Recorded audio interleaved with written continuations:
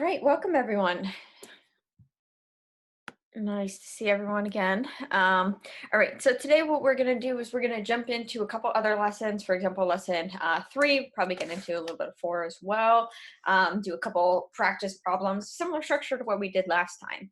All right, awesome. So it means everything's set up. All right, so if you are just joining us, last week on Monday, we went through lesson 1 and 2.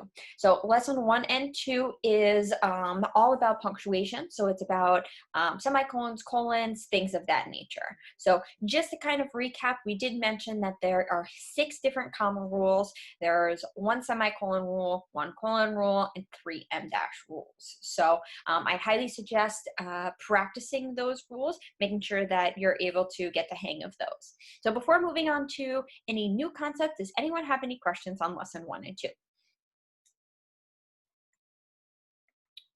All right, perfect. So let's go ahead. Let's delve into lesson 3. So lesson 3, we have the pronouns apostrophes. We'll do the SAT essay a little bit later. I will take a poll seeing how many people are taking the essay, but let's go ahead and just delve into the pronouns. So now pronouns, these are all going to be those little tiny words like he, she, they, them, their, it, all of those types of words are pronouns. So essentially, if you have one of those in a sentence, it needs to replace something else that was mentioned. So for example, if I just said, he went to the store. Okay, cool. We know that he went to the store, but who is he referring to? I have no clue. I only know if there's a reference term. So let's say I said, Michael wanted dessert, therefore he went to the store. Notice how now it accurately has that reference term. He is relaying back to Michael. Now we all know who he is talking about. So that's what this whole pronoun section is about. We're going to have reference terms, and you're going to have to refer back to that item to then see what is going to, what pronoun we're going to use in the sentence. Now, just a quick thing is he, she, and it, those are going to be singular, meaning there is only one item that can refer to that. However, they and them is plural. So they and them is plural. Now, notice here, I didn't necessarily say they has to deal with a person. And that's a common misconception. When people refer to they always refer that it has to refer to the that it has to refer to a person. But what if you asked and said, like, where are the hamburgers? And I said, oh, they are on the table. Notice how I said they in that sentence. However, it's referring to the hamburgers. So keep in mind that they and them does not have to refer to a person. It's just anything that is a plural item. All right, so let's keep that in mind, and let's take a look at a couple more examples here. So let's take a look at this one. We have a pronoun. As we mentioned, it's just going to be that substitute for the noun. Now, you might hear this word antecedent. So antecedent is simply just going to be that reference term. So in this example sentence, Sarah lost her purse. Sarah is the antecedent because that's what we're referring back to. And then lost her purse, her is now going to be the pronoun in that sentence. So when we're joining up this antecedent pronoun agreement, these are the few different ways that you want to make sure that they're being in agreement. It's like first, second, and third person, if it's singular or plural, as well as the gender. So masculine, feminine, or none. For example, like a he, she, it form. So just keep those things into account when you're taking a look at this pronoun section. Now, to dig deeper into the pronouns, let's take a look at, actually, we'll skip that. Let's take a look at this practice problem. So this practice problem here says, my favorite food is burritos because they are easy to eat since they're wrapped in a portable tortilla. Everything about burritos is amazing. The meats, cheeses, tortillas, vegetables, and sauces. They are clearly my favorite.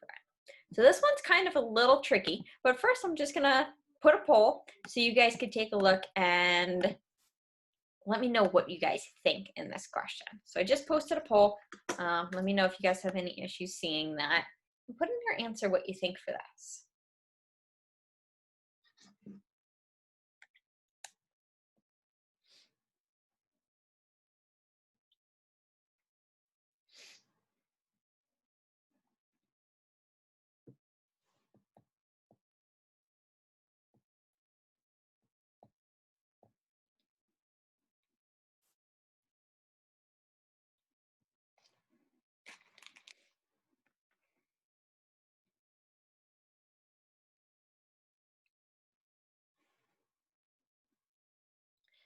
All right, so let's take a look. So a lot of people said A, B, or C. No one chose D. However, let's take a look at which one's the correct answer. It's actually going to be C.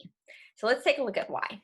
So notice here, we initially think, let's go back to the antecedent of the sentence. So what is my antecedent? Well, the antecedent is saying that burritos are my favorite. So since I'm saying that burritos are my favorite, then right there and then I could say, okay, burritos is plural because I have multiple burritos. So automatically, these two are completely out. They absolutely cannot be my correct answer because this is singular and same with this is singular because they're both it, right? So, and remember, it is singular. So now we're going to take those two out. Now the problem here, it's kind of a trick question, is if you went with they because you thought, okay, they is plural and burritos is plural. However, they could also refer to the sauces, the vegetables, the meats, the cheeses, the tortillas. There's so many plural items in this sentence, which is why we cannot go with they. So when you're dealing with these pronoun questions, if they are, if they line up well and you only have burritos in the sentence and you could replace it with they, then that works well. But in this case, C would be correct simply because of the fact that it's more descriptive. So for the pronouns, make sure that you line up the antecedent pronoun agreement, but also make sure that it's descriptive. Make sure that you know for sure what the pronoun it's referring to. Now, a lot of times I'm sure you'll hear in class, some of your teachers will say, don't use the word it. I don't know what it is. So if you don't know what the word it is, then you can't use it. That's the same thing that's going on here. They don't want to use the word it. They don't want to use those pronouns because I don't know who they are. I don't know what it is. And that's what's going on in this general topic. All right, so let's do a couple more. All right, so a couple more things that we're going to tackle here is the pronouns it's versus its. We got one with an apostrophe and one without an apostrophe. So anyone have any idea, feel free to type in their group chat, like what the correct answers would be for these two. Keep in mind the difference here. It's, ITS, is possession. That means something belongs to it. Rather than it with the apostrophe breaks down into it is. So when you're tackling this, go ahead and ask yourself, does it is fit in the sentence? If it does, then you know it works. If not, then you know it cannot be the correct answer.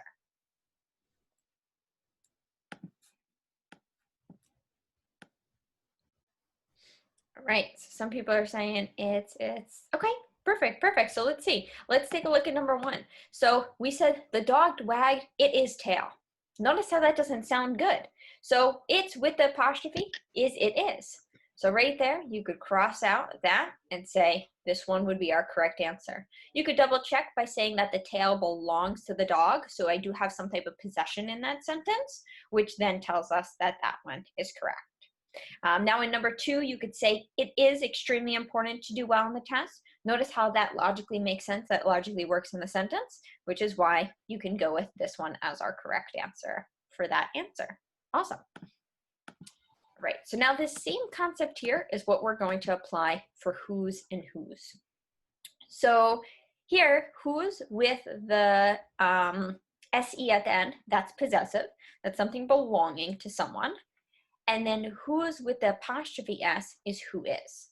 So why don't you take a second, take a look at 1 through 3. Feel free to type in the chat what you think that those answers are.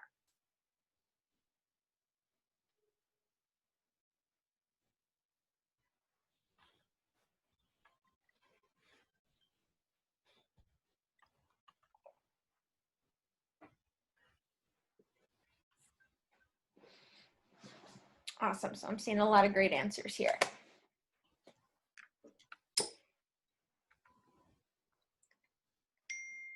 All right, so let's take a look. So for number one, can you say who is more attractive? And yeah, since you can say who is more attractive, that tells me that this one is going to be my correct answer. Then after that, we have Louis is a lawyer who is the best in the state. Again, notice how you can say who is the best in the state, which is why that one would be correct. Also, if you're trying to double check and you're like, I'm not sure which one is going to be the correct answer, plug it in the way that I did now, but as well, ask if you have anything belonging. Notice that whose isn't belonging to anyone. More doesn't belong. Attractive doesn't belong. So that confirms why this one's out. Same with Louis. Does Louis belong to anyone? No. Does the lawyer? No. Does the best? The state? No. So since none of those things belong, that's how you could verify that that's not good. Now, in number three, you cannot say there were three men at the party whose names are forgot, which is why whose would be correct in this case. So you have the apostrophe, and no apostrophe here. Awesome. So feel free to let me know if you guys have any questions so far. But so far, so good. All right. Now, one of the last things that is going to come up very, very frequently on the test, and we can do a lot of practice if you guys want for this, because it is a very prominent topic on the test, is the difference of who versus whom. So the big thing that you want to remember is this right here. Always remember, who, without them, who, stands for he, she, and they. Whom, with the M, either has a preposition in front of it, and we'll get to that in a second what those words mean, or him, her, them. The way that I like to remember that is notice whom has an M, him has an M, them has an M. Sure, her doesn't, but him and her kind of go hand in hand, so that one's okay to remember. But now let's take a look. Why is this stuff important to remember? So if we take a look at number one, we see to who or whom are you writing the letter? So if we take notice of this word, this is a preposition. Those words like to, I, for, with, in, on, etc. They typically tell like where or when something occurred in a sentence. Those items are prepositions. So anytime that you have one of those words before who or whom, it is always going to be whom. So notice right here I see to, and I see that that's a preposition. So then I'm like, oh, to whom? I got my answer, and I can move on to the next one. Now let's say you said, okay, I'm going to have a hard time memorizing all these prepositions because it's simply just memorizing, knowing that they're a preposition. So how do I go about it if I don't want to memorize all those prepositions? Or if, let's say, like a number 2 and 3, I don't have a preposition there, so now how do I go about it? Well, the way that you could do about that is rearrange the sentence and see if I could plug in he, she, or they, or him, her, and them. So any ideas on how, feel free to type it in the group chat, how I could rearrange this sentence to include these pronouns anywhere within the sentence? Feel free to give it a shot. If not, I'll show you guys how to do it in a second. Okay, perfect. Yeah, so someone said, I am writing the letter to him or her. So yeah, so you could rearrange this. Sure, that just made it a statement before we had it in the question. But if we want to keep the same structure, we could just say, are you writing the letter to him or her? And notice here, now we see to him or her is paired with whom. So that could verify that whom is our correct answer. So that's the same structure that we want to use for 2 and 3. Just rearrange the sentence, see if you plug in him, her, them, or he, she, they, and then you can get your answer from that. So why don't you take a second, look at 2 and 3, and let me know what you guys think the answer for that is, as well as how you might rearrange the sentence.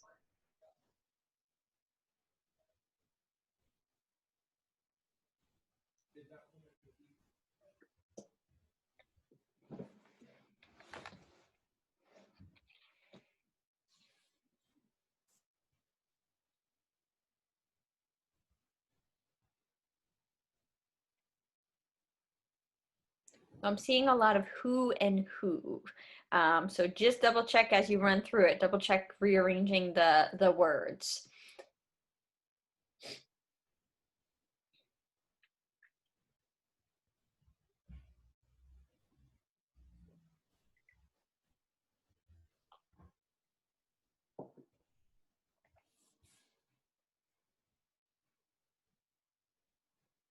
Awesome, answers are looking a lot better now.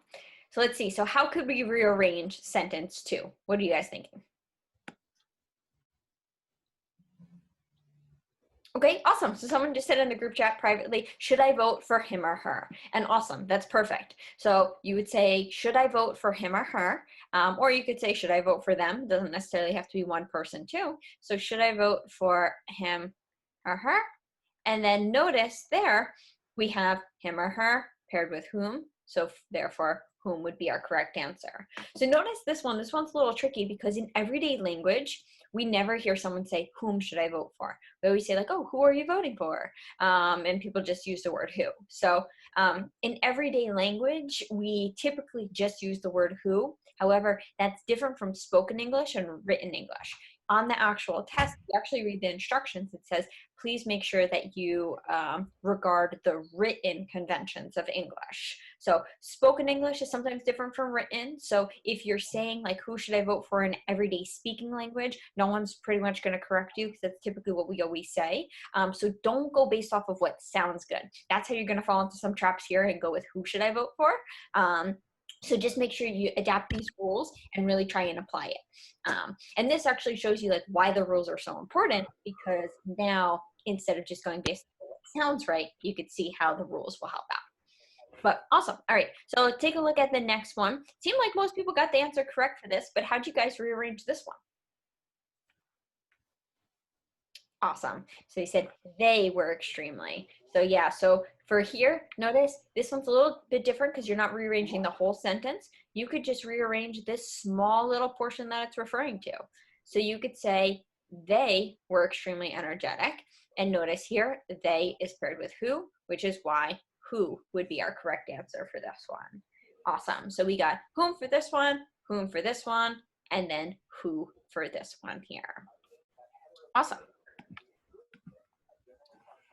All right, so just taking a look at a couple more items here within the who and whom before we do some practice problems is remember who and whom always refers to a person. So if you have a sentence where maybe answer choice A is this, B is this, C is this, and maybe D is that, now you first have to ask, am I dealing with a person? If yes, then I'm going to go with one of the who or whom's, and I'm going to cross out which and that.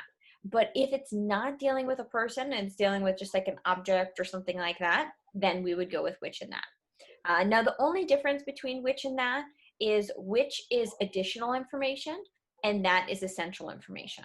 So we talked about additional information last class when we regarded the commas and the parentheses and things like that, where we mentioned that if you have like surrounding commas or surrounding punctuation, it's not needed in the sentence. So when you're trying to decide if that is going to be correct or which is going to be correct, then you could go ahead and cross it out from the sentence and see if it still works. So that's just one more thing that I wanted to mention. All right, and then let's see. So if they were referring to an animal or something, would you use who or whom? Okay, so that's a good question. So who or whom could refer, typically it's used for a person, but it's pretty much used for, I guess you could say, any live thing. The reason why I didn't say any live thing is because technically like a plant is alive and things like that. So they're not going to get into nitty gritty things like that. They pretty much just refer to it as a person. So they're not going to do things that are that complicated on the test. But yes, to answer your question, will they refer to an animal? You could use who or whom referring to an animal. So good question there. Right. Any other questions on anything that we just went over within the pronoun section? All right, awesome. So let's go ahead, let's do a couple practice problems. Let's see how these go. So I'm gonna put up a poll.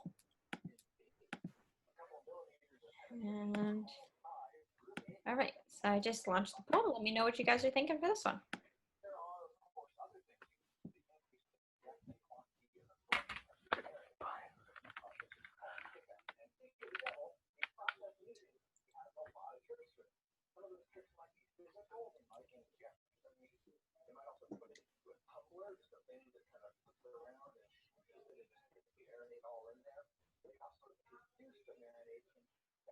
Oops, sorry guys. Someone just asked me if I could zoom in.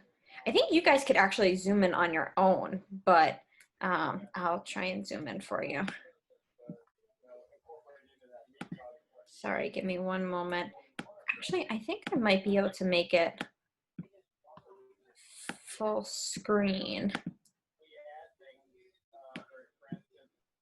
All right, let me just zoom in for now.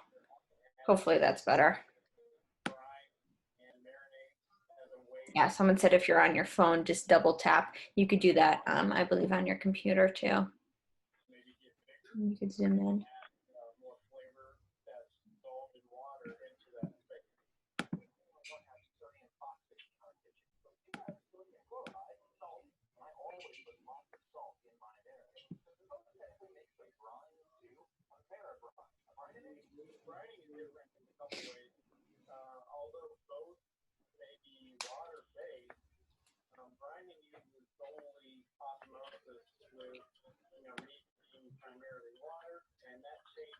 All right, awesome. So answers look awesome for this. 95% of you guys got the correct answer. So awesome. The correct answer is C for this. C would be our correct answer because what's our antecedent? Anyone have any ideas? What's our antecedent here in the sentence? Awesome, the PAs. Yeah, so since we have the PAs are plural. So we're gonna go with our only plural option here, which is going to be C. Awesome, great job. All right, so let's try a couple more. So guys, if you haven't muted, make sure that you mute yourself just so everyone else can't hear.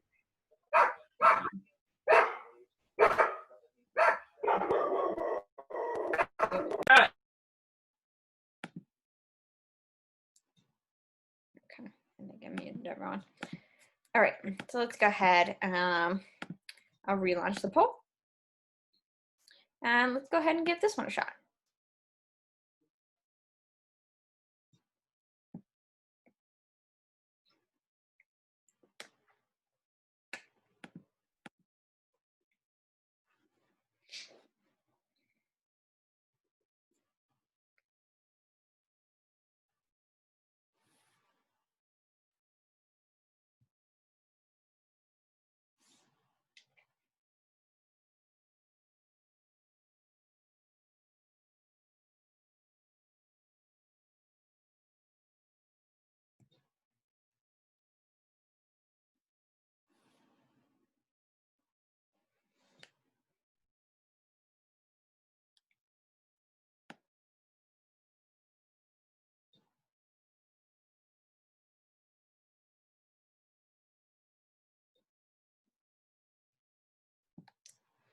Awesome, answers are looking great for this.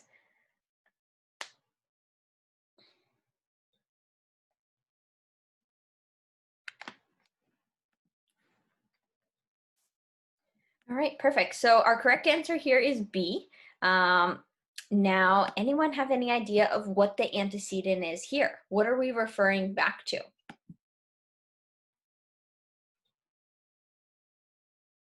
Awesome, awesome. So you guys are saying the lion dance. Perfect. So the lion dance is going to be singular. So since it's singular, we know that we have to go with either A or B. Now we just got to recall the difference. So it's, which is A, is going to be with the apostrophe, it's going to be it is. So you cannot say the lion dance reaches it is climax. So then that tells you that B would be correct. Also, the climax does belong to the lion's dance, which is why we know that it's correct. So then that would be correct for that answer, for answer choice B. Awesome. Great job there. All right. So how are you guys feeling with this? Do you guys want more practice on these pronouns? We will do tons of practice later as well. But before moving on to the next topic, just feel free to write in if you want to move on to the next topic or you want a little bit more practice.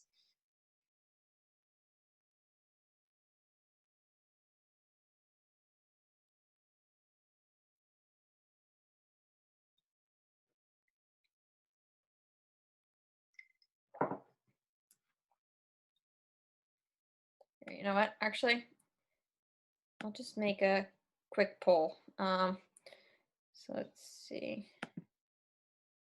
Mm.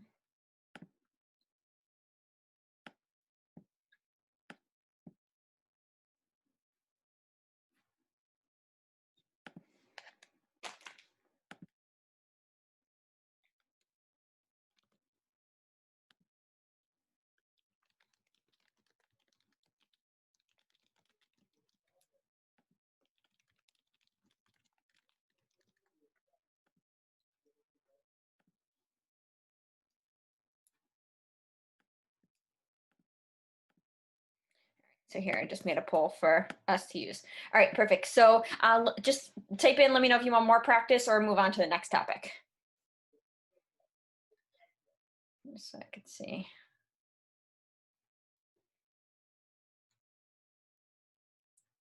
All right, so far we got, let's see.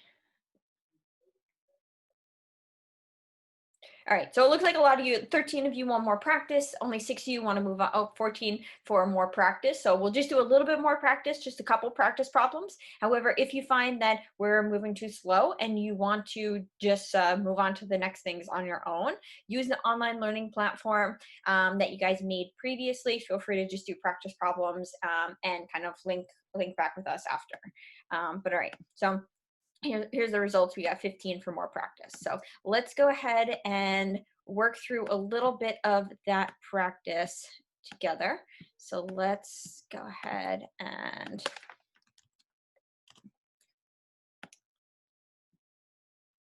do some practice here on the Prep for Success page. And again, if you haven't made a Prep for Success account, if this is your first time logging on, definitely feel free to make one. The instructions were also sent in the previous email.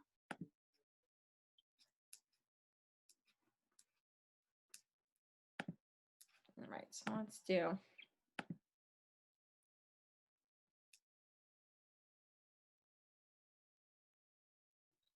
All right, so you know what? This one's actually a little bit challenging. Let's go ahead and give this one a shot. Let me know what you guys are thinking. I'll put it in the poll as usual.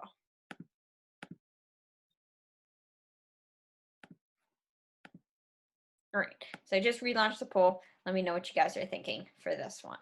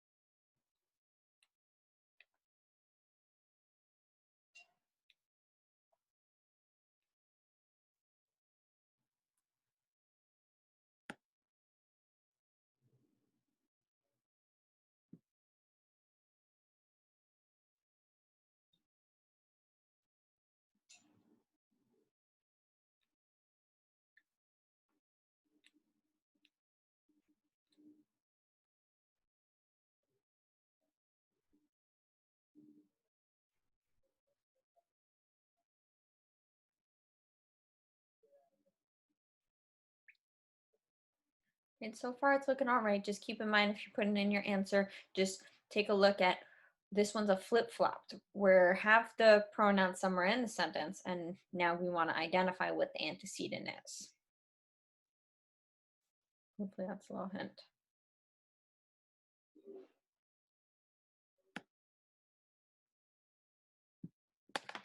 All right, so let's take a look at this. So we got, oh, so someone said their poll went away. Don't worry too much about it as long as you're practicing. That's all that really matters. All right, so let's take a look here. We have it flip-flop. Typically in the sentence, we have the pronoun and then we're looking for the antecedent. However, in this case, tablets is actually our antecedent. That's our reference term. And notice elsewhere in the sentence, we have they use them. So here we have two pronouns. Now, this one, both are plural, so it doesn't really matter which one we're referring to. But notice they, this is referring to the students. And then this, them, is referring to whatever's going to be in this blank here. Now, whatever's going to be in that blank needs to be plural. So notice how a tablet is singular, Also, electronic device is singular. So a lot of you guys chose these two. Keep in mind though, they're both singular and they need to match up with them. So this one's a little bit harder just because it's kind of the reverse of what we're typically used to doing. So just keep in mind that this isn't necessarily based off of like a word choice, which is typically what we might see for this style of question, but it's more based off of the pronouns. Okay. Let's try. All right, let's just try one or two more, and then we'll move on to the next topic, which is apostrophes. All right, so let's give this one a shot. Remember, find that antecedent in the sentence.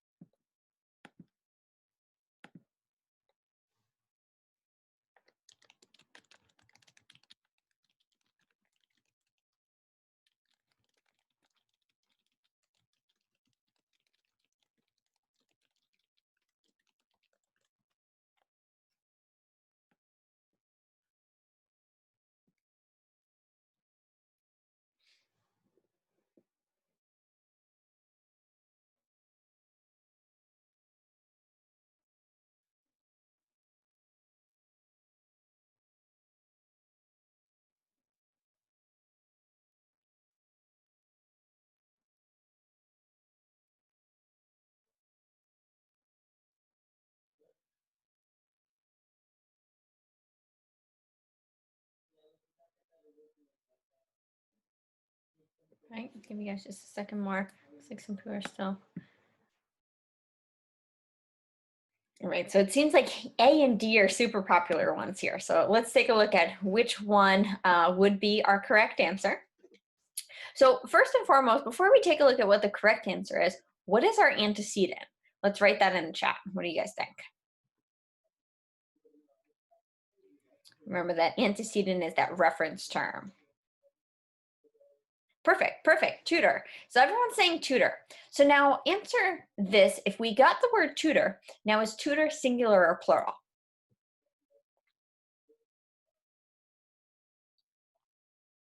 Perfect, singular. So now which one of these is singular and which one's plural?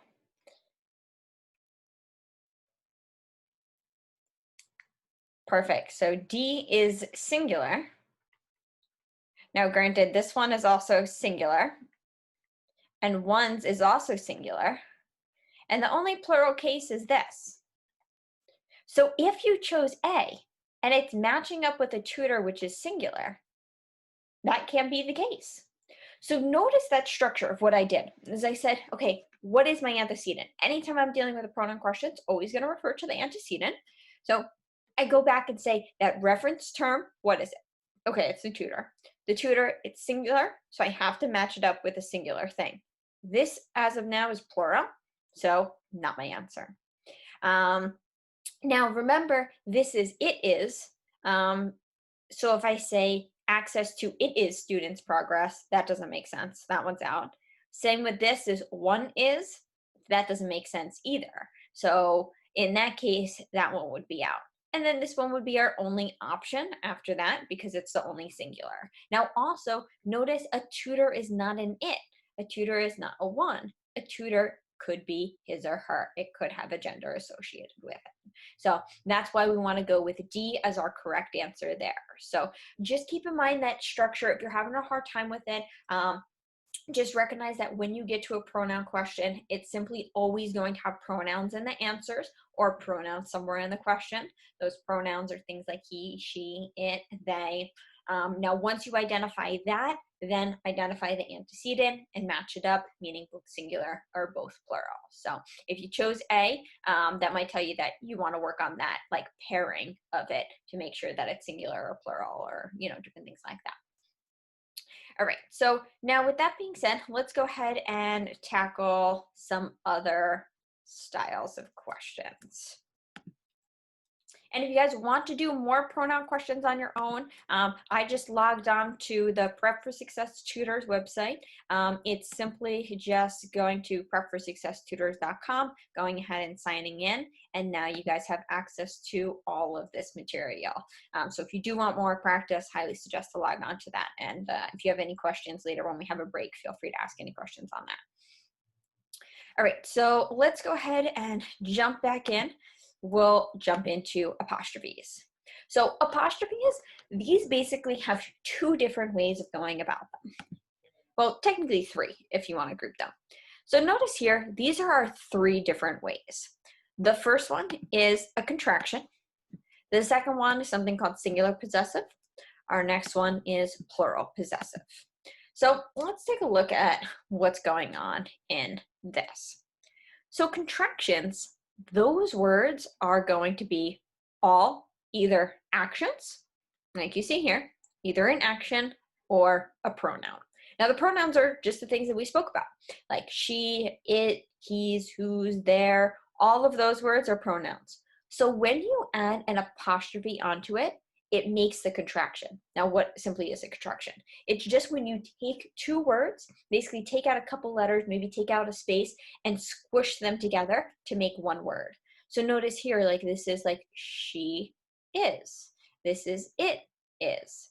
However, a lot of times people say, all right, well, I thought when we had an apostrophe, it was to show something belongs to it. So why here is it is and broken up into two words, but then in another case, it shows that something is belonging to something.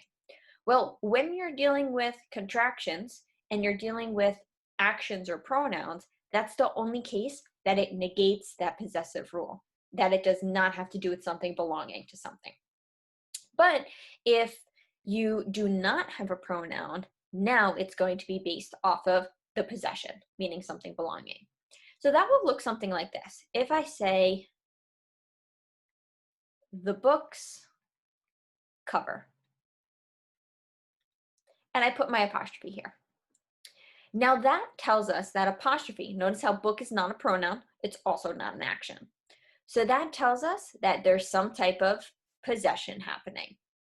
Now for the possession, it's always going to be the word directly after, meaning this word cover is going to belong directly to the book. So you have to ask yourself, does the cover belong to the book? If you say yes, then that apostrophe is necessary. Now from that point, sometimes you'll see something like this, and sometimes you'll see something like this with the apostrophe after, and then you say cover. So what's the difference here? Anyone have any ideas of what this number 1 versus number 2 is saying?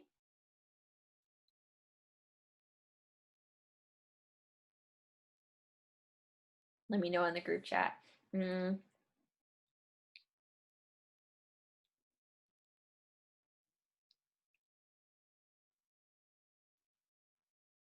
Okay, so here they're saying that like books belongs to an individual versus maybe books belongs to a group, or it's referring to different things like that. Okay, now I'm seeing them. Someone's saying, is 1 referring to one book and 2 is referring to multiple books? That is perfect, spot on for that. So notice this cover is belonging to one book. This is singular possessive. How do I know that? Simply because I always need to look before the apostrophe and identify that word. Notice how book is singular, which is why I'm referring to one book. Notice here, I look before everything in the apostrophe. Books is plural. So now that means that I have multiple books. So this means that a cover belongs to one book. This means a cover belongs to multiple books. Maybe a lot of books have the same cover. So for this, there's kind of a two-step process for these apostrophe questions. One, ask yourself, is there anything that belongs? Once you see if anything belongs to that item, now after that, you have to identify if it's singular or plural. So A common mistake that a lot of people do, that I want you guys, if you think this way, to try and scratch this out of your mind and make it a little bit better, is a lot of times people think that it depends if it's an apostrophe S or an S apostrophe. So they say like, oh, this, since it has an apostrophe S, it's plural, and this, since it has an S apostrophe, it's singular. But what happens when we have something like this? Child's, which is singular possessive, versus children's, which is plural possessive. Notice both have an apostrophe S, yet one is singular and one is plural. Why?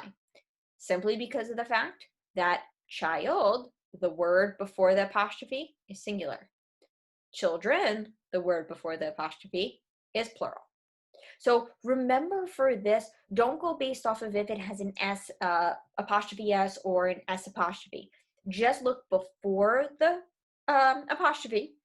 Ask yourself, is that word singular or plural? I know it's a little confusing to wrap your head around, or maybe not, which is good. But just remember the two-step here. One, ask yourself, do I have possession? So do I have something belonging to the prior thing? And then two, ask yourself if it's singular or plural. And that's always how you're going to get these apostrophe questions.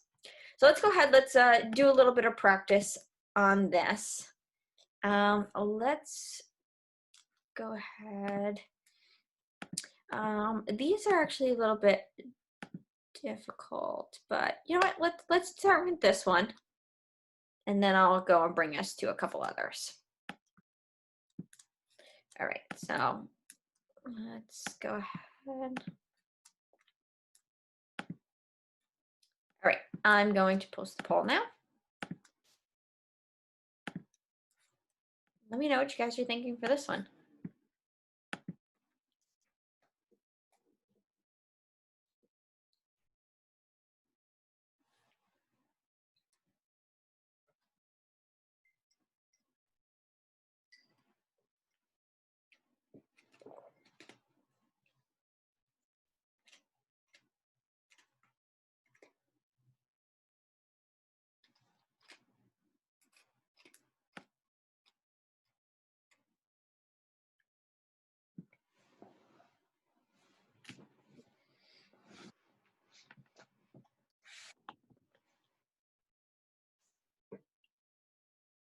So far, answers are looking awesome for this one.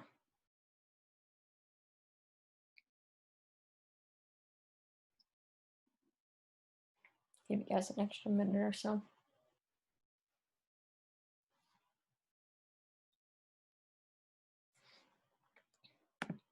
All right, perfect. So here, our correct answer is D. Looks like almost everyone got D there, so won't spend too much time explaining, but just remember, if you didn't get this one, for the possession, you have to ask, does the word after belong? So does of belong to the stages? No. So then right there, B and C are out. Then after that, you have of its. So we have the two different types of its. Can you say stages of it is construction? No. So that one is out. And does the construction belong to it? Yes. So therefore, D would be our correct answer. Awesome. Great job there. All right. So let's just do a couple more. Let's see. All right, let's do this one actually. This would be a good one because it's a recap of some of the punctuation stuff that we did last class as well. So let's give this one a shot. All right, so I launched the poll. Let me know what you guys are thinking.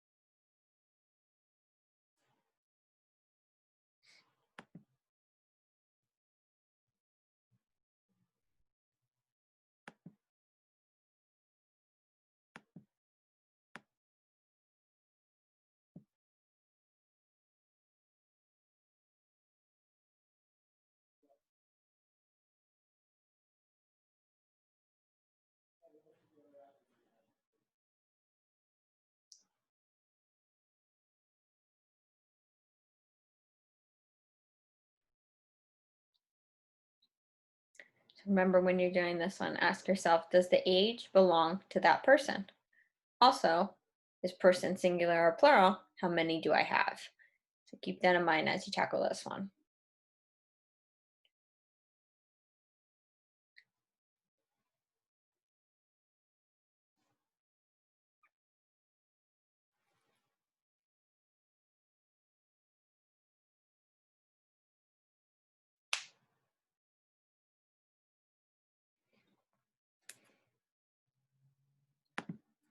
All right, so it looks like most of you got it. Our correct answer is D here. So let's take a look at why. So first and foremost, we have to ask, does the age belong to this person? Is it their age? And notice what I did there to double check. I said their age. I used a pronoun and plugged it in to see if it made sense. I said their age. Oh, well, yeah, that makes sense. Their age. So the age does belong to the person. However, notice here, if we said that it does belong to the person, the only one we could cross out is this one. Now, after that, we have to say, is it singular or plural? So this word person, is that singular or plural? How many do I have there?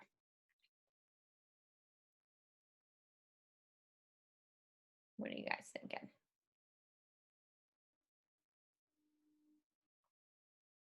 Awesome. One. So people are saying one, singular, perfect. So now since I have that and it's singular, then I can either go with this answer or go with this answer. I cannot go with this answer because persons, what that tries to do is that tries to make it plural. But what is the plural of person? Anyone remember? Perfect. People. So people is the plural. So then in that case, this is a wrong plural version, which is why that one would be out. Now, after that, we just have to take a look and see, is there any rule for having the comma after age? So let's just quickly try and recall, what are the 6 comma rules? Anyone remember? Feel free to just write it out in the chat.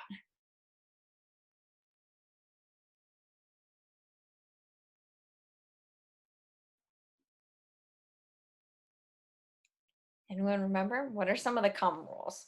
We discussed this last week. Awesome. So we got a list. Quote, perfect. Fanboys, perfect. Additional information, perfect. Got 2 more. Phrase, no. So there is, okay, so yep, perfect. Dependent, independent clause, D comma I, and then 2 adjectives describing a noun. Awesome. So great job. So here's our 6 rules. If you don't recall these, I'd suggest, maybe going back, watching the video again, or, just recalling some of them. But because we won't go over them again, but you will see here that none of these comma rules are being used in this answer. So if you chose answer choice C, which I see that a lot of people did, so if you chose C, remember these comma rules. So you'll ask yourself, okay, do I have a list here? Do I say like it's reducing this, this, and this? No. Okay, so that's out. Do I have a quotation? No. Okay, so no reason to put a comma there. Now a fanboy, remember it stands for, and, nor, but, or, yet, and so.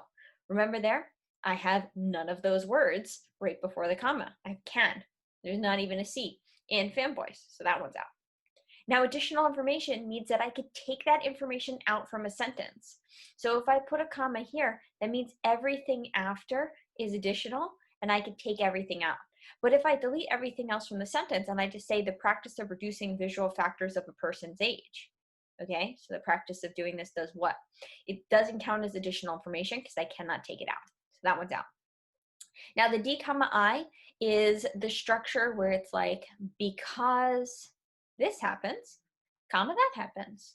Or maybe like, if this happens, comma, that happens. Or when this happens. Notice how it has like that 2-part phrase here. And notice we don't have any of those keywords at the beginning here. So that one's out. And then 2 adjectives describing a noun is saying like the tall, beautiful lady. Notice tall and beautiful, are both adjectives, both descriptive words describing the noun that's describing the lady. So in that case, do I have does person and age belong to or describe can? No, so I don't have that. So notice what I just did there to double check that no comma was needed.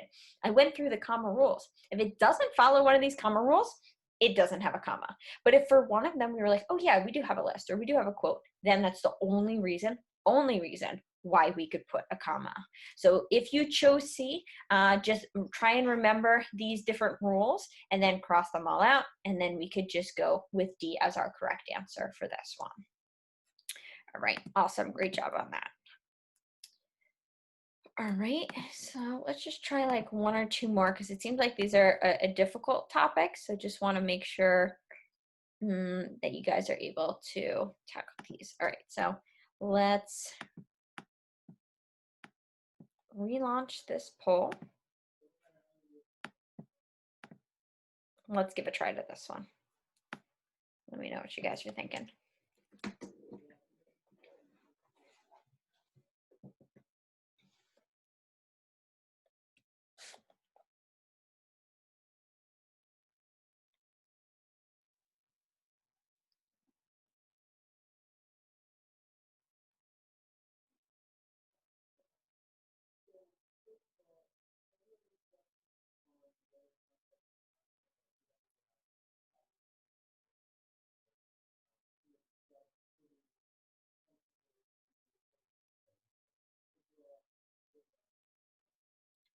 Awesome. So far, everyone's got it correct.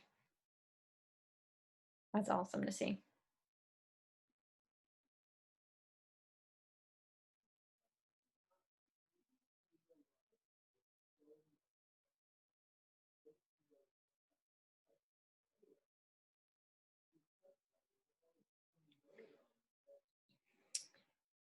All right, perfect. So looks like everyone was pretty good on this one. However, just a couple people chose A. Everyone else chose the correct answer, which is D. So let's just take a look at A real quick. Remember, ask yourself, does the faces belong to the girls? Yeah, it is that person's face. It does belong to that person. So since it is belonging to that person, you do need to put an apostrophe. So if you chose A, we could automatically cross that one off just simply because of the fact that the faces definitely belong to the girls. Now, since there's multiple faces, there's probably multiple girls, which is why that one, D, is going to be our correct answer for that. All right, awesome. Great job on that. And then seems like these are going pretty well for you guys. So let's just try one of a harder level.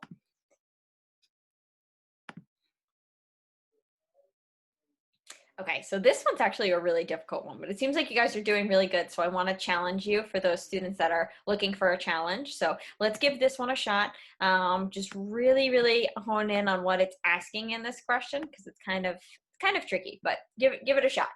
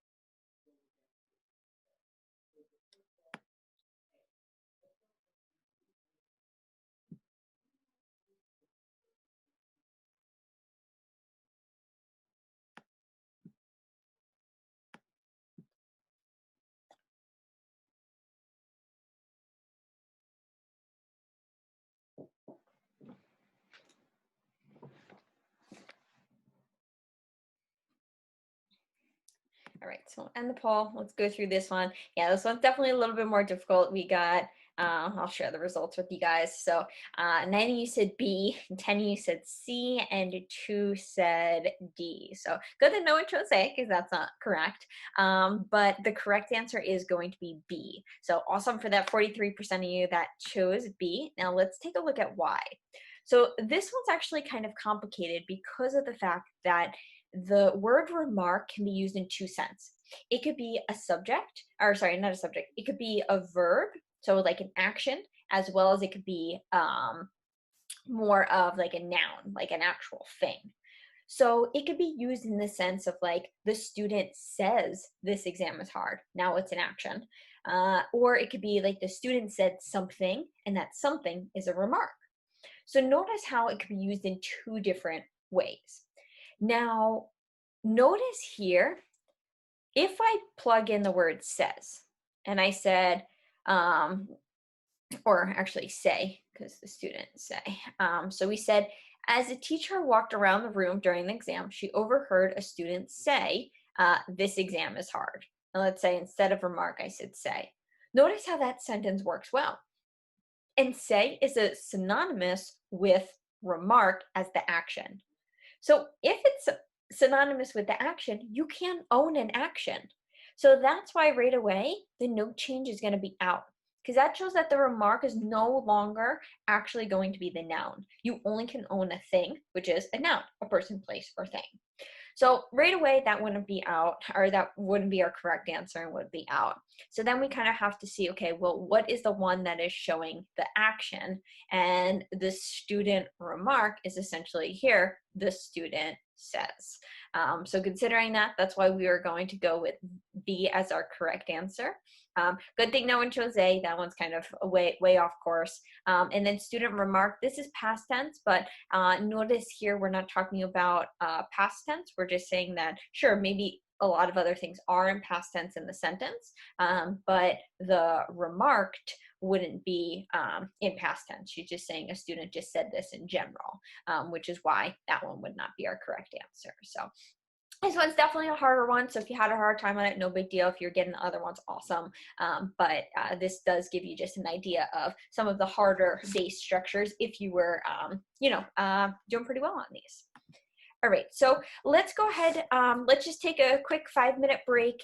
If you have any questions during that time, feel free to reach out. Otherwise, just feel free to use the bathroom, take a quick drink, and then in about 5 minutes, we'll link back up and run through some more sections, and we'll go through section 4.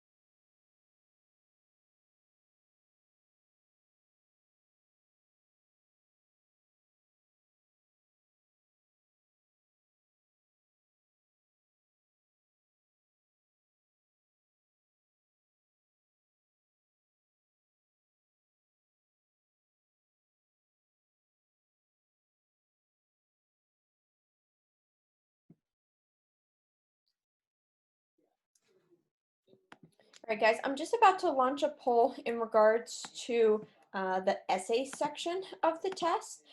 Just let me know if you guys want to go over this in class. It is an optional section, so I don't know if all of you are taking it or if you guys want more information on it, but just want to take a look at if it would be good to utilize class time to review it.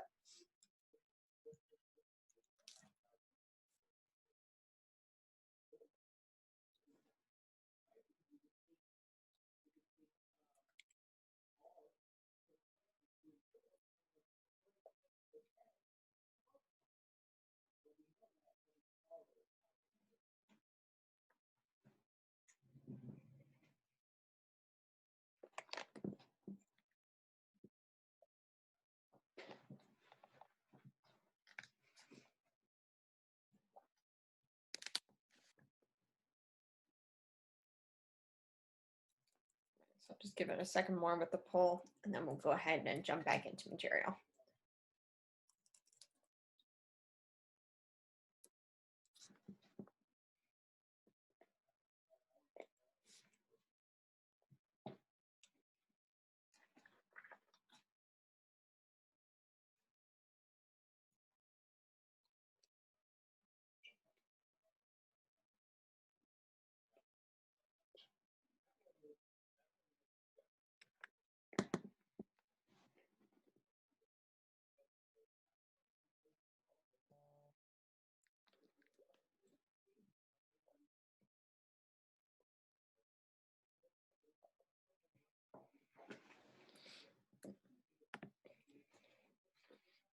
All right, so let's go ahead and jump back in.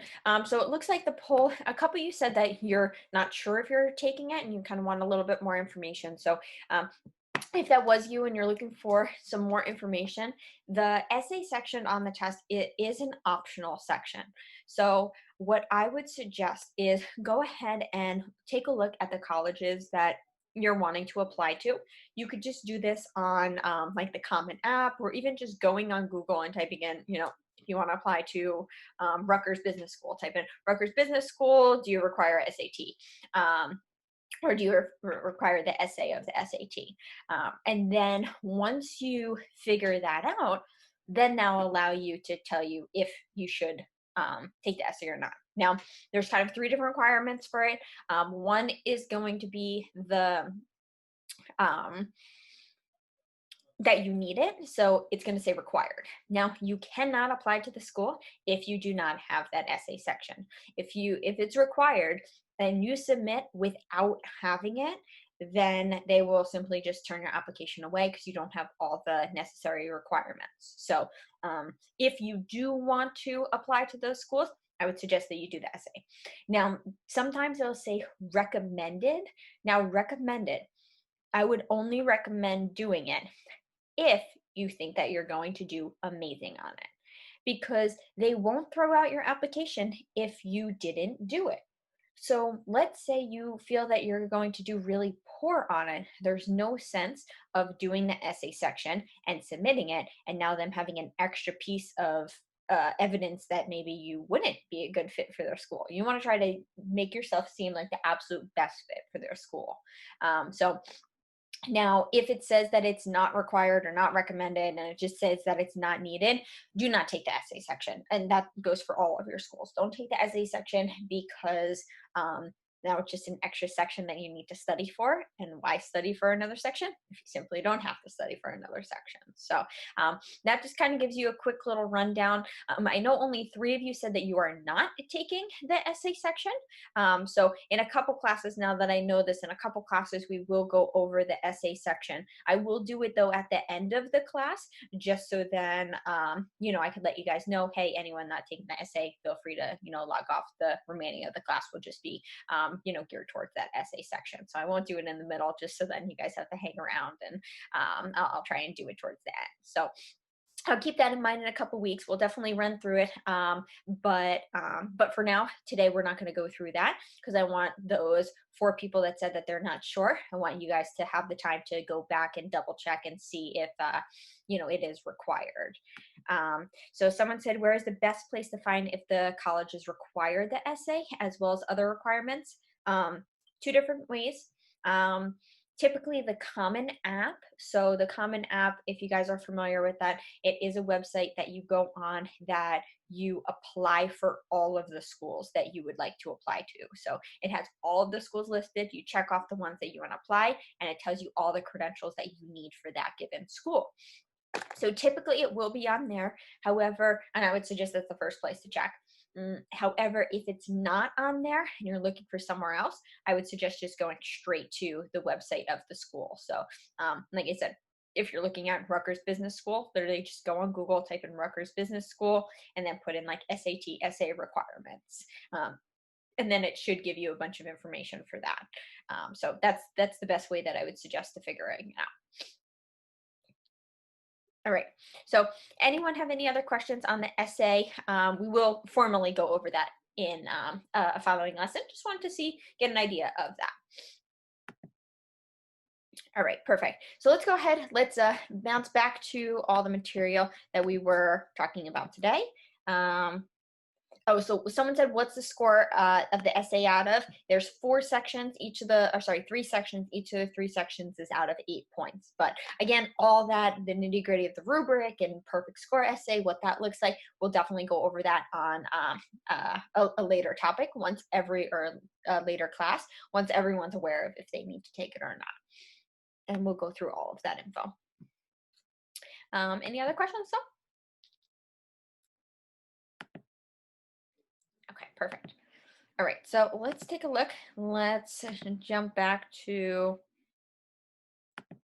PowerPoint. And here we're going to do some subject-verb agreement. So subject-verb agreement, this is something that comes up a lot on the test. It's also really good to know just for your own writing too. And same with everything that I'm talking about within this. Make sure that you guys keep note of this when you write your personal statements for colleges. Also, when you write the actual essay for the for the school as well.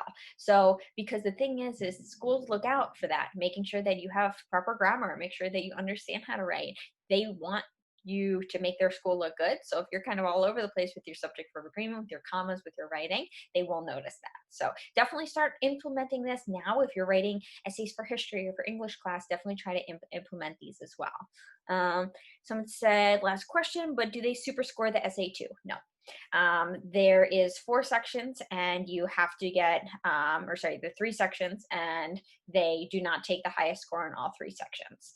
Now you can, if you do the best score on maybe you take your essay twice, and the overall composite essay score that is better on one than the other,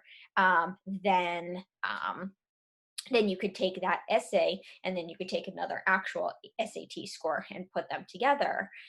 But you cannot super score just the essay as a whole. Someone said, what is a super score? Oh, that's actually a great question. So while we're on it, we'll just take a side note from the subject verb agreement, go over a couple of those things. But a super score is essentially, you could take your best score. So let's say you take the SAT 2 times, right? So this is my first shot and I get my math score, let's say I get a 550. And then I get my verbal score is, I don't know, maybe I get 570. Then I take my next test and my math, I don't know, I was having maybe a real bad day on my math, and now I got a 510 on my math. But I was having a real good day on the verbal. Maybe there were some interesting passages. I really enjoyed the verbal section that time around, and I got a 620. I knocked it out of the park. Now, which one do I want to submit? I don't want to just submit the first one because I did a lot better on the math, but I didn't do very good on the verbal. But I'm not going to submit the second one because I, didn't do as well on the math, but I did really good on the verbal. So the super score is I could take my highest math score, submit that, and I could take my highest verbal score and submit that. So now my overall score is adding these 2 scores, and we forget about these 2, act like they didn't happen. So that's a super score.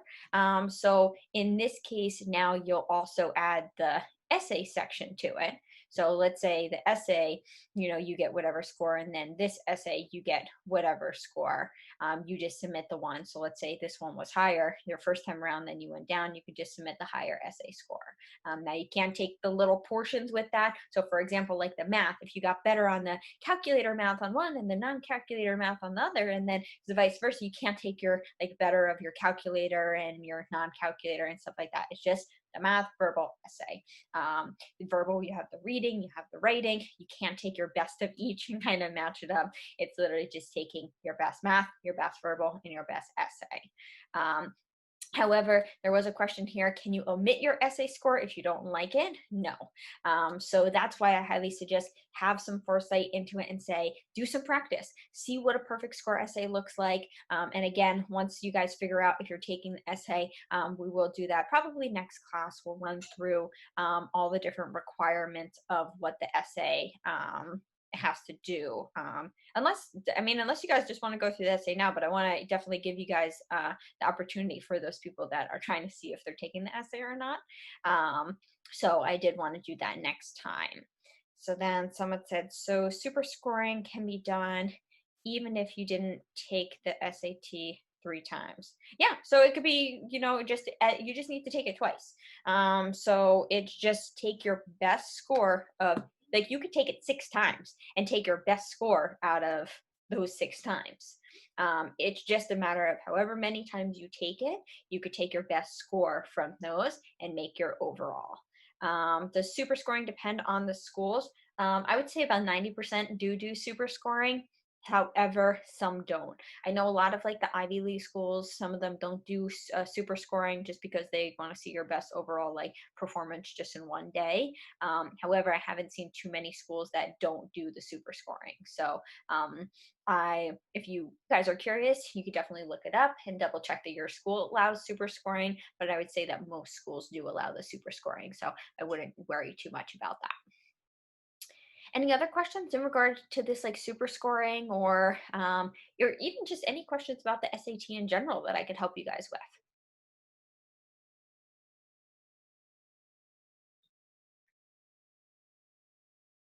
All right, perfect. So it looks like you guys got the answers there. If you guys do think of any other questions later, absolutely feel free to, even if it's just interrupting a lesson, we could always tackle those questions because I want to make sure that you guys feel fully comfortable with taking the test.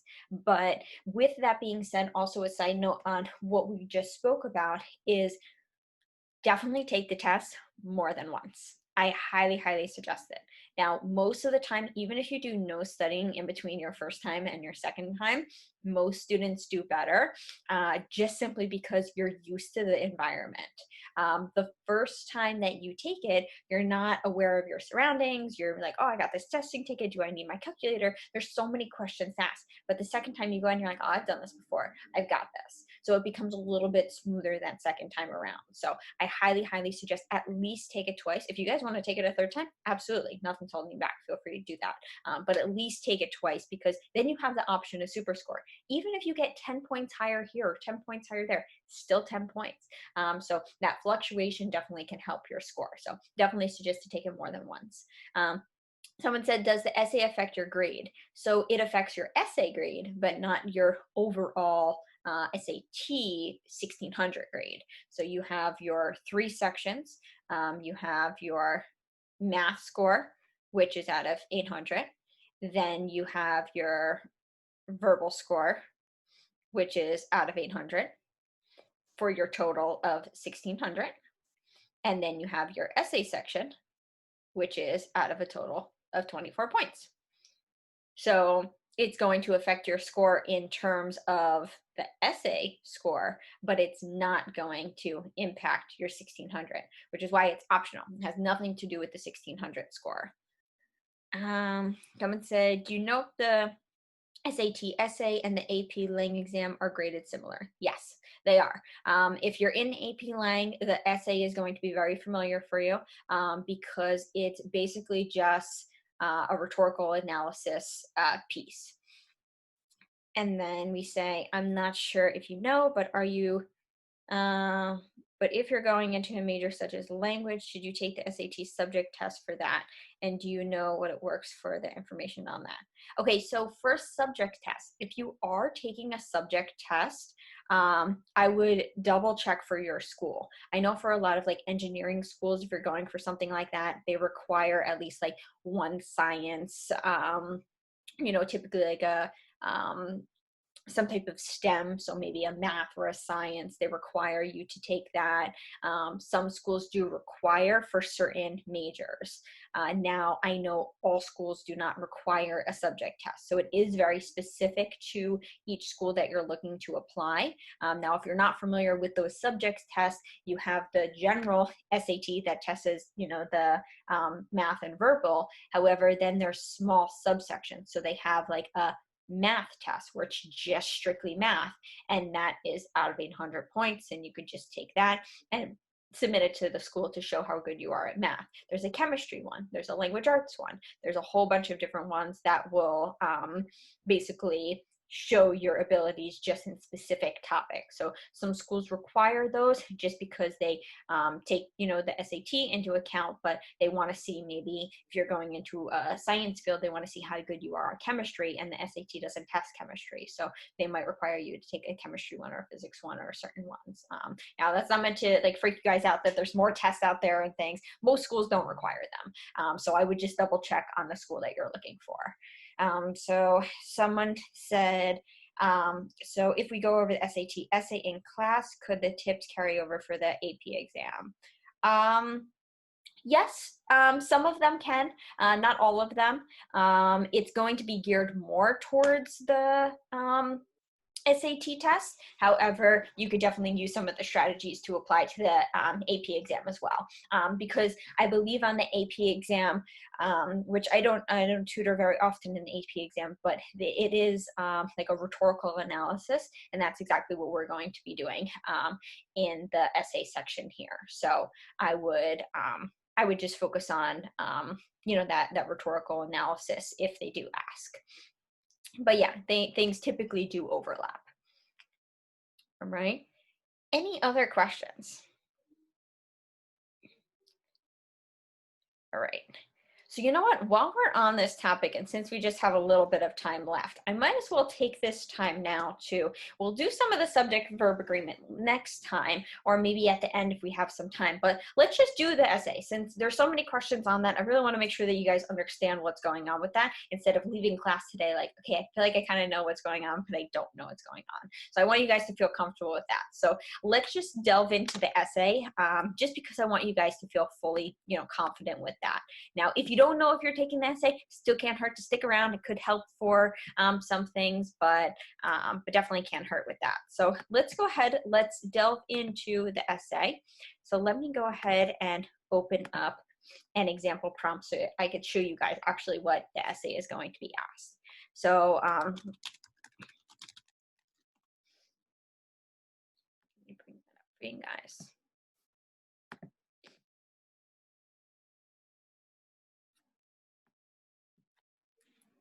Okay, so here you're going to have a rhetorical analysis that is going to have you read a prompt, and that prompt is essentially going to always be the same.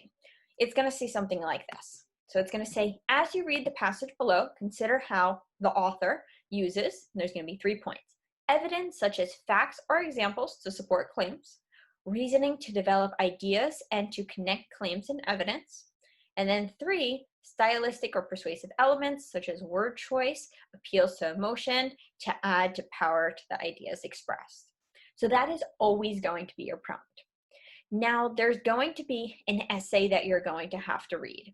Right now, we're going to not read it. We could always read it later. I could actually, I could send this link to you guys as well, so you guys could take a look and follow along, or use it later if you want to.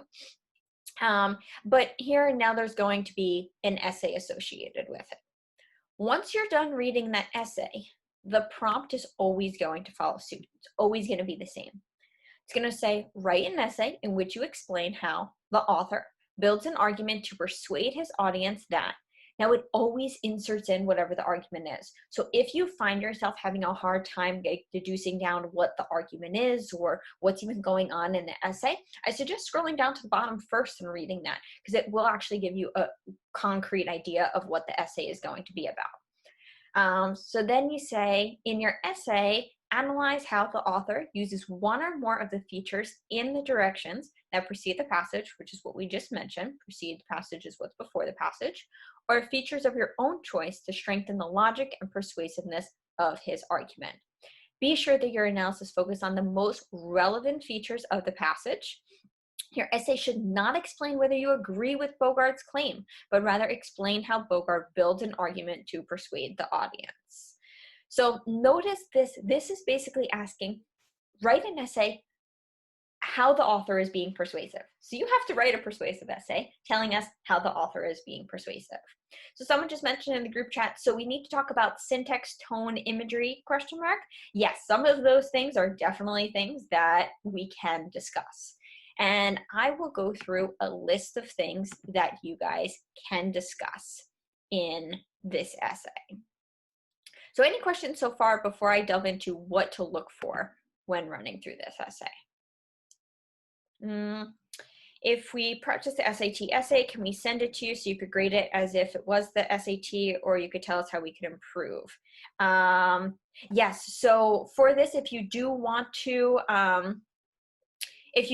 send me the essay, feel free. You could just send it to, I could put my email down below. Feel free to send an essay. The only thing is I can't grade it exactly how the SAT would grade it, just because I am not the grader. So I don't know exactly the little nitty gritty things of that. I can definitely tell you how you can improve though.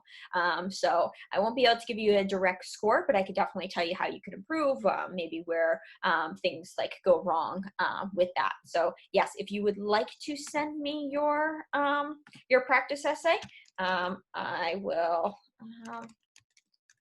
success tutors. So it's prepforsuccesstutors@gmail.com. So feel free to send it to that. Someone said, hi, sorry to interrupt, but if we do not want to do the essay, do we have to stay? No, you don't have to stay. This probably won't take to the end though. So if we have extra time, then I'll go back into other material. But if not, feel free to head out. You could always just watch the recording. I will send the recording out if there's anything at the very end that you missed. So yeah, if you're not doing the essay, feel free to head out. We'll review the essay for some of this. However, we might still have a little bit of time at the end of class, so we could always go through some other topics, but you guys could always just watch the video afterwards, which I will send out at the end of this week once we do the Wednesday lesson too. All right, so let's go ahead and take a look at what we're simply looking for here within the essay section. So,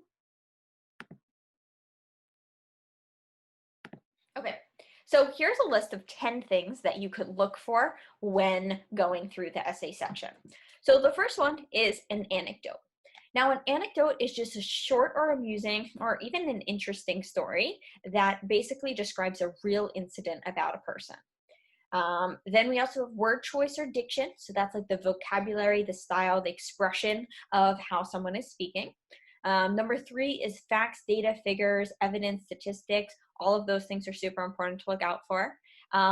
Number 4 is the tone, rhetoric, syntax. I know this is something that someone mentioned before, something that we need to look out for. Yes, it is very important. It's basically just how the attitude of the reader towards the subject or towards the audience.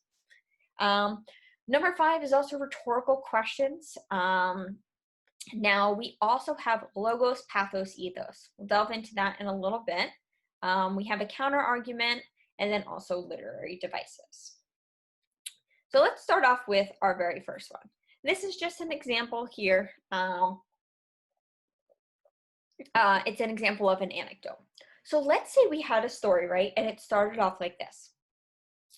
It said, it was my second day on call at the volunteer ambulance corps. I wrapped the blood pressure cuff around the lady's right arm, placed the earpieces in my ears, and positioned the diaphragm superficial to her brachial artery. I quickly began to, oops, sorry, this is covered up. I quickly began to apply pressure to the inflation bulb, reaching the gauge to about 200. Now the tough part. With the chatter in the ambulance, I knew it would be nearly impossible to hear the blood pressure sounds, especially since it was my first time taking blood pressure in a real life situation. I honed in all my attention and carefully listened while releasing the air pressure. I was afraid I wouldn't be able to hear it, but then at 122, I heard lub dub, lub dub. What a relief. I continued to release the air pressure and the sound faded away around 88. With a sense of accomplishment, I turned to my partner and said BP 122/88. So notice when you read that and you hear it, you almost feel like you're in the situation. You almost feel the stress of the person, like, oh, I don't know if I'm gonna, be able to do this. It's a complicated task. So when you see something like that in a persuasive piece, it could be very persuasive because it makes you feel the emotions that the author is feeling. It also puts you in the author's shoes. Anytime that you're in the author's shoes, you can see the author's perspective a little bit better. So that's something to look out for. Now, notice in the example essay that we gave, they did also have this anecdote. So if we scroll back to the beginning, we said, like, at my family's cabin on a Minnesota lake, I knew woods so dark the hands disappeared before his eyes. I knew the night skies in which the meteors left the smoky trails across the sugary spreads of stars.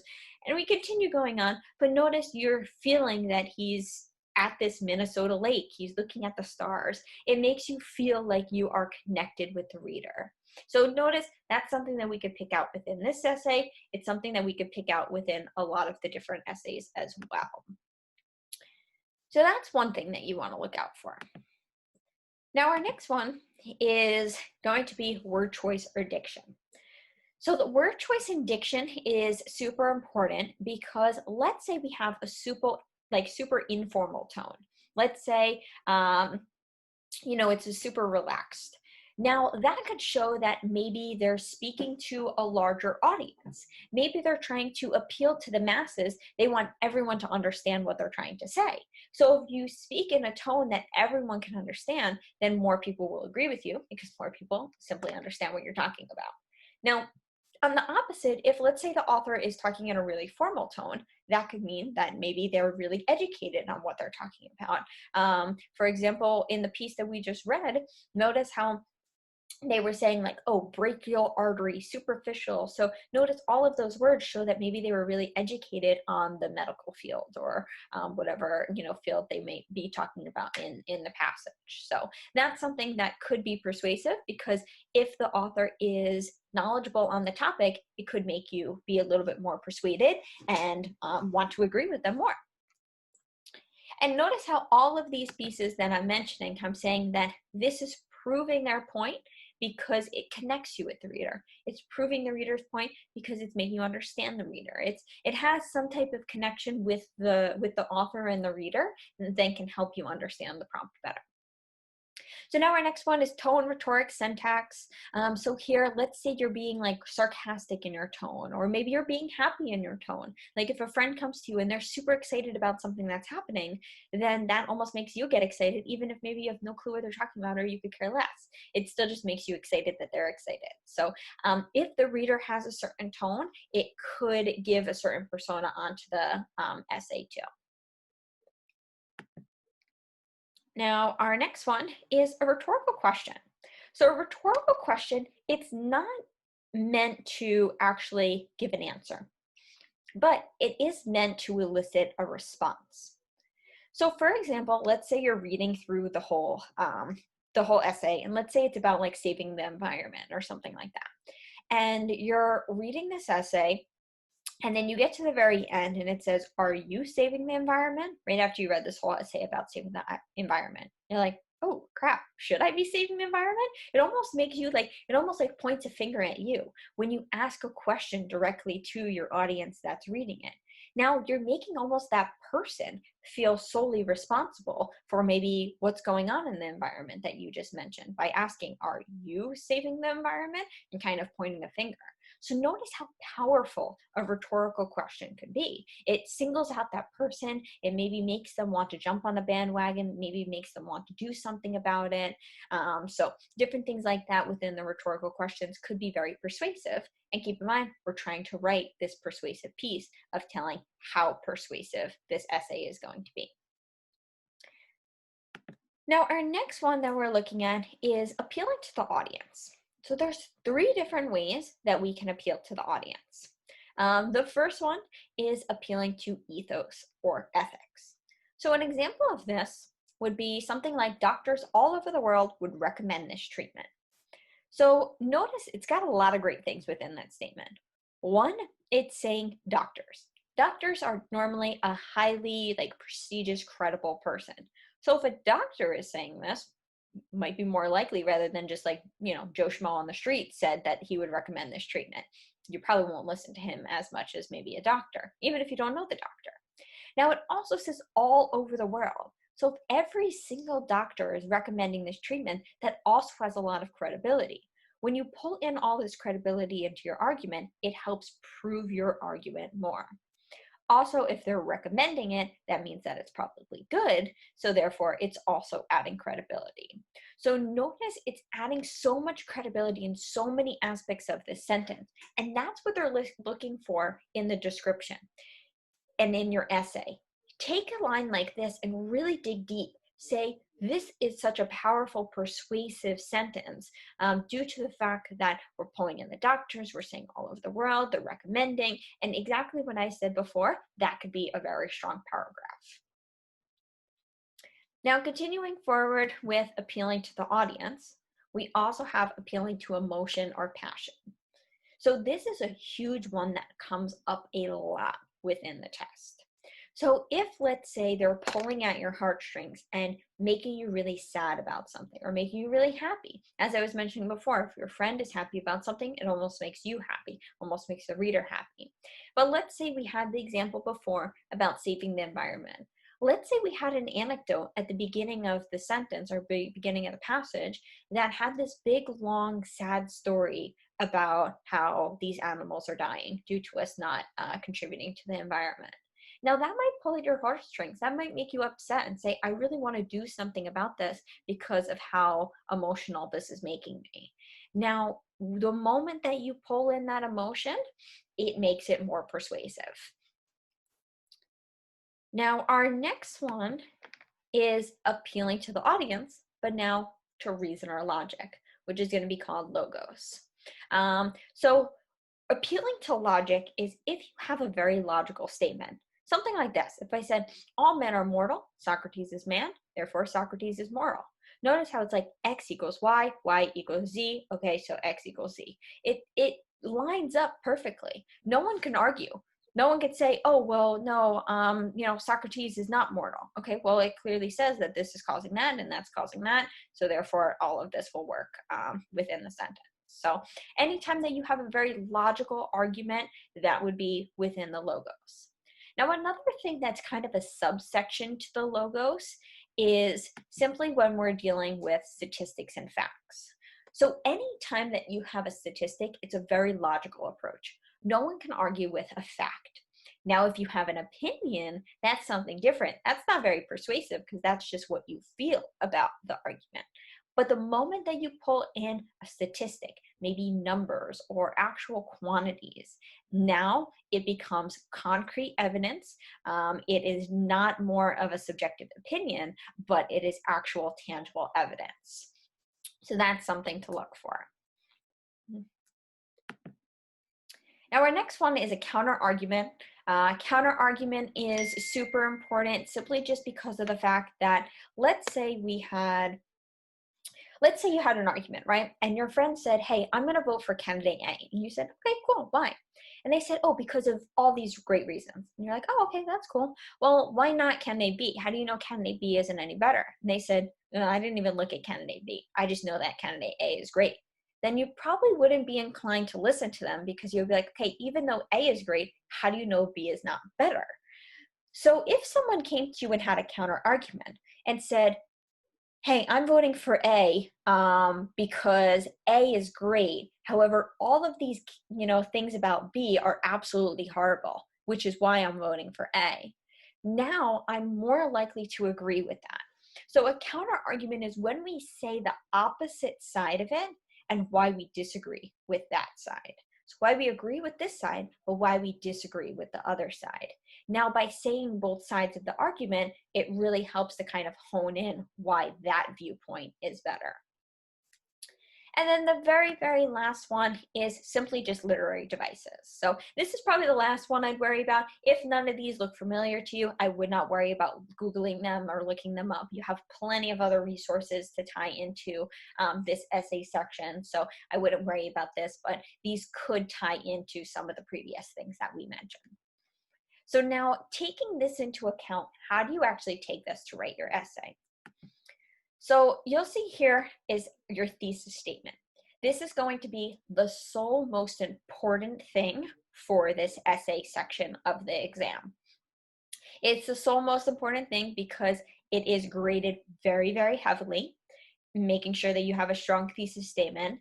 It is also very important because it sets up the entire shell of the rest of your essay. So this should be within your introductory paragraph, and it's going to look something like this. You could say the author effectively convinces the reader that number one is simply insert in the argument of the essay. Then you say by, now pick 3 categories that were previously discussed.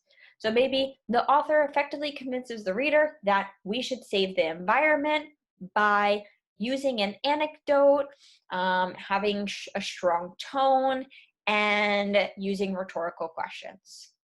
And now that is going to be your main idea here. Now someone said, what paragraph or where should the sentence be in your introductory paragraph? And it should be always your last line. So have a line that introduces your paragraph, and then this should be your last line. Now what you're going to see in this perfect score essay that I'm about to show you is the essay for the introduction and conclusion are not long. My introduction is only 2 sentences long, and my conclusion will only be 2 sentences long. It is not too long. You want to spend the bulk of the time writing this essay because you're only given 50 minutes. It's not a lot of time. You want to spend bulk of your time writing your body paragraphs. So the way that you really want to structure it is you want, spend basically about 5 minutes. We got 5 minutes reading. Then maybe 5 minutes or less brainstorming. Now we're down to 40 minutes. Then, so honestly, maybe like 2.5 minutes for this of brainstorming. Then you want to go ahead and write your intro paragraph, which should take no more than 5 minutes. Now we have our body paragraph 1, body paragraph 2, body paragraph 3. Those should be about 10 minutes each. And then proofread. And proofread should take like 2.5 minutes. And that will add up to essentially our 50 minutes. So take like 5 minutes to read the passage, brainstorm what you want to say, quickly write, and here 5 minutes for your conclusion as well. Forgot about that. So this should pretty much be your overall structure. So let's take the last couple minutes just to take a look at what a perfect score essay looks like. So we're all shooting for the highest possible score that we could get, but now what does that actually look like? So let's take a look at this. So notice in our introduction, this is our introduction here. We say, in response to our world's growing reliance on artificial light, writer Paul Bogart argues that natural darkness should be preserved in his article, Let There Be Dark. He effectively builds his argument by using personal anecdote, allusion to art and history, and rhetorical questions. So notice this here, our main points is we need to include the author's name. We also need to include the title. We also need to include the argument. And then the thesis, which notice this is our thesis from here to here. And notice here, we only have 2 lines here. 2 sentences max. It does not have to be anything crazy. So that's what our paragraph there should be looking like. Someone said, how much time for the conclusion again? Also, was there a counter argument? No, you do not need a counter argument here. And take 5 minutes or less for, not even, maybe like 2 minutes for the conclusion. Because as you'll see, when we go to the conclusion is only going to be about 2 lines as well. So your intro and your conclusion should be complete effortless. That should just be saying like, okay, it's going to be the same shell every single time. Just saying, in response to, and then whatever he's responding to, or, the writer, okay, who's the writer? Insert that in. Argues, what is he arguing? In his article, what is the article? He effectively builds his argument by. Well, this is not going to change. It's always going to be, how does the author effectively build his argument? So your thesis statement is never going to change. So that's why it's so important to do a practice run of this, so you could just get in the hang of like, okay, what actually do I need to write? So you say, he effectively builds the argument by, and notice here, personal anecdote is my first thing, allusion to art and history is my second, and rhetorical questions is my third. So here they used 2 out of the 3 that we discussed. They came up with their own, and that's okay too, to come up with your own reasoning. But if you want to just stick with one of those 10 things that we mentioned today, that's absolutely fine. Now notice here, once we've made this, my first body paragraph is about number 1. It's about the personal anecdote. My next body paragraph is about number 2. That's now discussing my, that's talking about the allusion to art. So notice here, that's what we're doing. We're breaking it up. So now if we look at this body paragraph, we say Bogart starts his article off by recounting a personal story. A summer spent on Minnesota Lake where there was wood so dark that his hands disappeared before his eyes. In telling this brief anecdote, Bogart challenges the audience to remember a time where they could fully immerse themselves in natural darkness, void of artificial light. By drawing in his readers with a personal encounter about night darkness, the author means to establish the potential for beauty, glamour, and awe-inspiring mystery that genuine darkness can possess. He built an argument for the preservation of natural darkness by reminiscing for his readers a first-hand encounter that proves the irreplaceable value of darkness. This anecdote provides a baseline of sorts for the readers to find credence with the author's claim. So notice this here. Our main thing is we only have 1 line that has summary. There's not too much summary. We have 1 little line here and then 1 little line here. So what we want to take away from this is within this article, a majority is analysis. He doesn't summarize. Just this beginning portion, 1 line is a quick little summary, describes what was going on in that passage, and then we insert in all of our analysis. So the analysis is just simply just how does this persuade the reader? That's the main thing. And then we wrap up with a small little conclusion. That's going to be the same structure for all of these body paragraphs. And then once we continue to go down, then we're going to see our conclusion. So our conclusion is going to be right here. Writing as a reaction to his disappointment that the artificial light has largely permeated the presence of natural darkness, Paul Bogart argues that we must preserve true, unaffected darkness. He builds his claim by making use of personal anecdote, allusions, and rhetorical questioning. So now notice here, we literally just have the same thing that we had in our introduction, just we slightly move around. That's all we do. We move around a little bit of it. We still have the same thing, the name of the author, what they're arguing, the thesis statement, basically everything stays the same. So, before someone asking like, how much time should we spend on the conclusion? Really not much, because essentially it's just restating what you said in your introduction. So that should be pretty easy. You've already mentioned it. You already know what you're talking about. There should be no new concepts in your conclusion. And this should be your general structure throughout. Now, obviously, we didn't read all of these like little, paragraphs in between, but I will post again just so you guys could take a look at this on your own. So someone said, should we make a connection to the 21st century in our conclusion? No, right. That is correct. You do not need to do that. Do not bring up any additional concepts that were not originally within your essay. So here, I'm going to put this link just so you guys could take a look. If you would like to practice this, if you would like to take a look, here's an example prompt. There's also the example essays. If you also take a look, there are other essays too. Like this is a sample of 211, meaning that it didn't get a great score because it only got 1 out of 4 on some of the sections.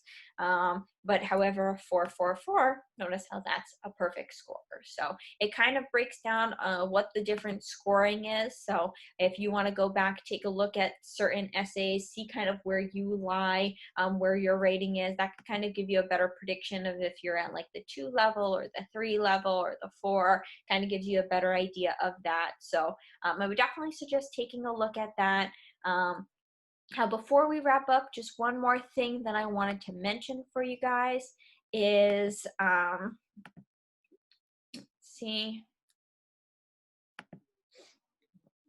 is simply just the grading here. So 2 different people will be reading your essay. It's not a computer that is just going to be scanning through it. There are actual people that are going to be reading it. Each score awards a 1 to 4 point dimension. So they grade it on reading, analysis, and writing. Reading is just simply making sure that you understand the prompt, understand what's going on in the essay. Analysis is making sure that your ideas are good of why he is persuading the essay, or why he or she is writing a good persuasive essay. And then the writing is simply just going to be syntax, grammar, sentence structure, paragraph form, thesis statement, all that stuff is going to be in the rating section. So 2 scorers are going to grade all of those 4 dimensions. You'll receive 3 scores for the essay, 1 for each dimension, ranging from 2 to 8 points. And then there is no composite SAT essay score. So all 3 scores are not going to be, adding together. There's also no percentiles for that. So you kind of can't compare. However, most of my students receive between a 4 and a 6. That's pretty much average. Above a 6 in the categories, you're doing very, very well. Below a 4 tells you that you definitely need a little bit more of work. So that just kind of gives you an idea. But if you do want to submit your essay to me, I absolutely don't mind taking a look at it, double checking, see if you could, improve in any capacity. But before we wrap up for today, does anyone have any questions or anything that you feel within the essay that you're still a little bit confused on, or just in general with the SAT? Feel free to type any of those questions in. If not, that's all I had for today. Next time we will jump into some of the stuff that I was, hoping to do at the end of class today, but I think it was good that we reviewed this, and then next time we'll go ahead and do those topics. We'll just kind of flip-flop the lessons around. But I'll stick around for a couple more minutes. Let me know if you guys have any questions.